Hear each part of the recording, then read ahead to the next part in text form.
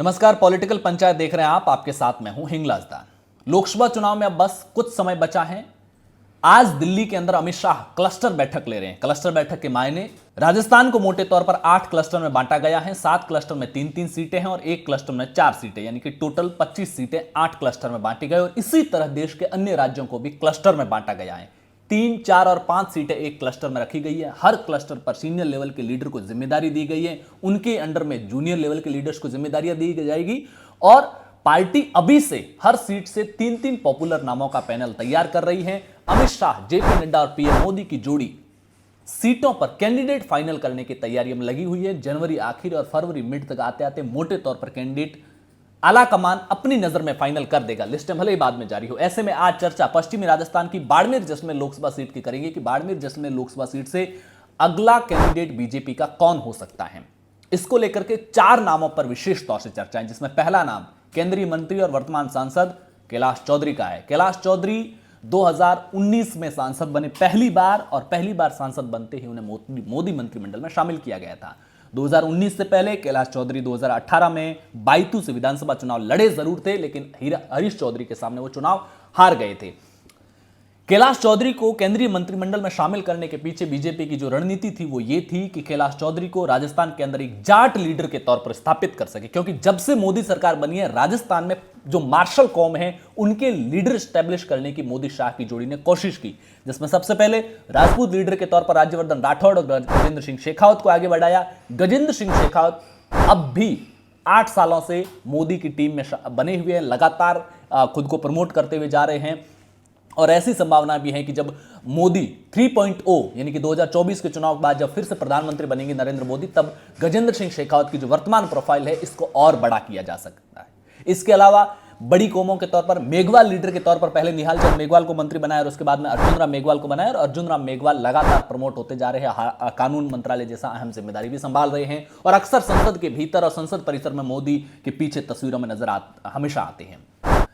Jat leader के तौर पर बीजेपी ने कोशिश की। पहले सीआर चौधरी जो नागौर से 2014 में जीते उनको मंत्री बनाया। उसके बाद 2019 में हनुमान बेनीवाल के साथ अलायंस किया। हनुमान बेनीवाल के साथ अलायंस करने के साथ साथ बाड़मेर जैसलमेर से जो कैलाश चौधरी चुनाव लड़े और चुनावों के बाद में कैलाश चौधरी को मंत्री बनाया, ताकि बीजेपी की रणनीति यह थी कि हमारी हनुमान बेनीवाल पर डिपेंडेंसी जो है वो कम हो जाए और कैलाश चौधरी जो कि संघ पृष्ठभूमि से आते हैं उनको हम एक जाट लीडर के तौर पर पेश कर पाए।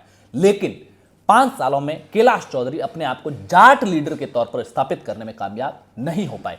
ऐसे में पार्टी के लिए कैलाश चौधरी उतने फ्रूटफुल नहीं है। और दूसरी तरफ हनुमान बेनीवाल को लेकर चर्चा है कि वो इस बार कांग्रेस के साथ गठबंधन कर सकते हैं। नागौर सीट हनुमान बेनीवाल के खाते में जा सकती है। हनुमान बेनीवाल बाड़मेर जैसलमेर की सीट भी मांग रहे हैं। बाड़मेर जैसलमेर अगर नहीं मिलती है तो फिर सीकर की कोशिश करेंगे। हालांकि सीकर चूंकि जो इंडिया गठबंधन में सीपीआई के खाते में जा सकती है, ऐसे में बेनीवाल को सीकर सीट नहीं मिलेगी। अगर एक सीट पर भी सहमति बनती है तो बीजेपी के लिए कैलाश चौधरी एक जाट लीडर के तौर पर कामयाब न होने की वजह से अगर दूसरे नामों की देखते हैं तो एक और नाम चर्चाओं में है इन दिनों, मानवेंद्र सिंह। अभी तक वो कांग्रेस में है। 2018 से पहले वसुंधरा राजे के साथ अदावत की वजह से वो कांग्रेस में गए थे। 2018 में झालावाड़ जिले की झालरापाटन सीट से वो वसुंधरा राजे के खिलाफ चुनाव भी लड़े, लेकिन उसके बाद में 2019 का लोकसभा चुनाव बाड़मेर जैसलमेर सीट से कांग्रेस के टिकट पर लड़े। और इस बार जब मुख्यमंत्री बने भजनलाल शर्मा और एक तरह से वसुंधरा राजे एक चैप्टर क्लोज हुआ, तो सबसे ज्यादा अगर कोई खुश नजर आया तो वो मानवेंद्र सिंह जसोल थे। उनके फेसबुक पोस्ट उस समय के आप देख सकते हैं, उसके बाद के मीडिया में दिए हुए बयान देख सकते हैं। एक तरह से मानवेंद्र सिंह को ऐसा लगता है कि जसवंत सिंह जसोल के साथ जो उनके अंतिम समय में राजनीतिक तौर पर जो दुर्व्यवहार हुआ उसको लेकर के उन्हें एक संतोष है कि वसुंधरा राजे पूरी तरह से साइडलाइन हो गई। लेकिन सवाल यह कि अगर वसुंधरा राजे के साइडलाइन होने से मानवेंद्र सिंह जसोल इतने खुश हैं और उन्होंने यह भी कहा है, बीजेपी में आने को लेकर मीडिया ने सवाल किया तो उन्होंने कहा कि वो समय के साथ देखेंगे, मना नहीं कर रहे हैं। अगर वो बीजेपी में आते हैं तो फिर मानवेंद्र सिंह जसोल को कहां से टिकट दिया जाएगा? बाड़मेर जैसलमेर से? क्या अगर मानवेंद्र सिंह को बाड़मेर जैसलमेर से दिया जाता है तो क्या बाड़मेर और जोधपुर दोनों सीट से राजपूत कैंडिडेट उतारे जा सकते हैं? क्योंकि जोधपुर, बाड़मेर और इसके अलावा राजसमंद कह सकते हैं, जयपुर ग्रामीण कह सकते हैं, ऐसी 4-5 सीटें ही हैं जहां पर राजपूत कैंडिडेट उतारे जा सकते हैं। तो क्या किसी कैंडिडेट को एक जगह से दूसरी जगह शिफ्ट भी किया जा सकता है?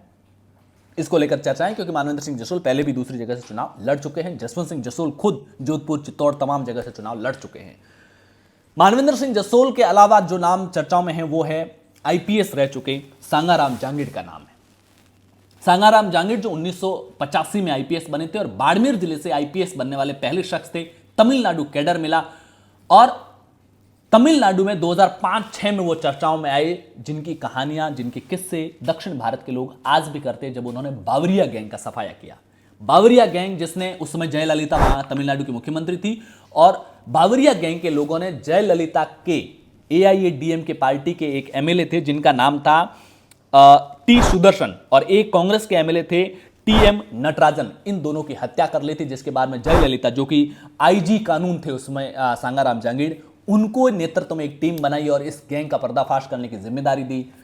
करीब करीब 5 महीने की मेहनत के बाद में और 50 लोगों की पुलिस टीम के साथ में सांगाराम ने कामयाबी हासिल की। और बहुत मुश्किल था, जहां घटनास्थल से एक पगड़ी, जो जूती होती है, वो जूती मिली थी और उन्हें यह समझ में आ गया था कि इस तरह की जूती उत्तर भारत के लोग पहनते हैं और दक्षिण भारत के लोग नहीं पहनते। लिहाजा उन्होंने यूपी, एमपी, राजस्थान और दिल्ली, हरियाणा से सटे हुए इलाकों में अपनी तफ्तीश शुरू की।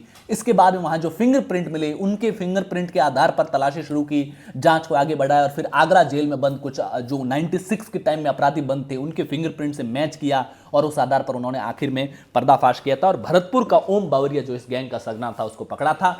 इस गैंग के पर्दाफाश के साथ ही सांगाराम पूरे दक्षिणी भारत के अंदर चर्चाओं में बने थे। 2019 में चुनाव से पहले उन्होंने रिटायरमेंट लिया और 2019 में भी बीजेपी से उनके टिकट को लेकर चर्चाएं थी, लेकिन आखिर समय में टिकट नहीं मिला। कैलाश चौधरी जैसे कि नए चेहरे को सामने लाए, जो 6 महीने पहले विधानसभा का चुनाव हार चुका था। पार्टी ने भरोसा जताया, मोदी के नाम पर वो चुनाव जीते और केंद्रीय मंत्रिमंडल में जगह पाए। एक और नाम रूमा देवी का भी चर्चाओं में है। विधानसभा चुनाव में भी उनको बालोतरा सीट से टिकट को लेकर चर्चाएं चली थी, यहां तक कि खबरें तक सामने आ गई थी। रूमा देवी को खुद सफाई देनी पड़ी थी। रूमा देवी जो गरीब परिवार से निकली, 8 साल की उम्र में मां का साया सिर से उठ गया, उनके बाद में पिता ने दूसरी शादी कर ली, गरीबी में पली बढ़ी, शादी के बाद संतान हुई तो कुछ समय में संतान भी किसी वजह से उनकी मौत हो जाती है। फिर वो कुछ लोगों के साथ मिलकर के, कुछ महिलाओं के साथ मिलकर 100 रुपए इकट्ठे करके किस तरह से वो एक सिलाई की मशीन खरीदती और धीरे धीरे आज 40,000 महिलाओं को रोजगार दे रही है। 2018 के अंदर नारी शक्ति पुरस्कार से सम्मानित हो चुकी है और आज के टाइम में पूरे देश के अंदर कम से कम रूमा देवी एक पॉपुलर चेहरा और बाड़मेर जैसलमेर की नॉट ओनली इन पॉलिटिक्स, आम लोगों के बीच में रूमा देवी एक पॉपुलर चेहरा है। एक पॉजिटिव थॉट के साथ पब्लिक में रूमा देवी को लेकर के एक्सेप्टेंस है। ऐसे में रूमा देवी के नामों की भी चर्चाएं चलती है। हालांकि इन 4 नामों के अलावा बीजेपी सरप्राइज देती है, अक्सर नए चेहरे सामने लाती हैं, ऐसे चेहरे जिनकी पब्लिक डोमेन पे ज्यादा चर्चा भी ना हो। तो हो सकता है किसी नए चेहरे को टिकट लेकर आए। बाड़मेर जैसलमेर की सियासत और अगले लोकसभा चुनाव, मौजूदा सांसद कैलाश चौधरी और उनके सामने चुनाव लड़ने की तमाम दावेदारी कर रहे लोगों को लेकर आपकी क्या राय है, कमेंट बॉक्स में जरूर बताइए। पॉलिटिकल पंचायत को अगर आपने अब तक सब्सक्राइब नहीं किया तो सब्सक्राइब जरूर कीजिएगा। शुक्रिया।